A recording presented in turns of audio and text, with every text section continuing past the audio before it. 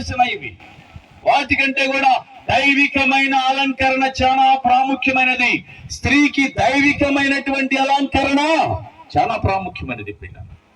కాబట్టి దైవికమైన అలంకరణ కావాలంటే దేవుని సన్నిధిలో పెంచాలి, దేవునిలో ఉండాలి, దేవుని మాటలు హృదయంలో ఉంచుకోవాలి, దేవుని యొక్క వాక్యము హృదయంలో ఉంచుకోవాలి.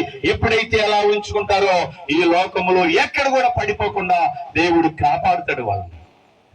దేవుడు ఈ రీతిగా యవ్వన బిడ్డలను దేవుడు వారిని పెంచుతూ ఉన్నాడు, వాళ్ళు పెరుగుతూ ఉన్నారు. దేవుని యొక్క కృప, దేవుని యొక్క దయ, దేవుని యొక్క కనికరం ఏ మనుషునిది కాదు, దేవుని యొక్క దయ, దేవుని కృప. కాబట్టి దేవుడు వీరిద్దరిని కూడా దీవించి ఆశీర్వదించి ఆయన దయలో ఆయన కృపలో వర్ధిల్లులాగున మనందరం కూడా వచ్చినటువంటి వారము వాళ్ళ ఆభరణాలు చూసి ఆనందించడం కాదు, కానీ వారి కోసం మనం ఏం చేయాలి? ప్రార్థన చెయ్యాలి.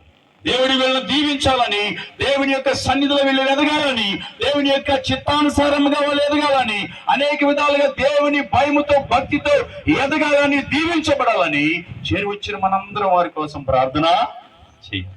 చేద్దామా? ప్రార్థన చేస్తానన్న వాళ్ళు చేయెత్తాలి. చాలా మంది ఎత్తట్లా, అంటే చేతులు తేలేదు ఎడకి. మీరందరూ ప్రార్థన చేయాలి.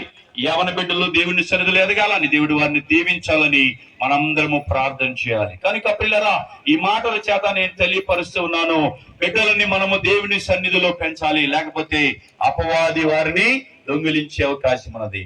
అపవాది దొంగిలించకుండా ఉండాలంటే దేవుని సన్నిధిలో వీళ్ళు ఎదగాలి. కనుక దేవుడు అనేకమైన ఆశ్చర్యమైన కార్యాలు మన బిడ్డల పక్షంగా చేయటానికి ఆయన సిద్ధంగా ఉన్నాడు. మనం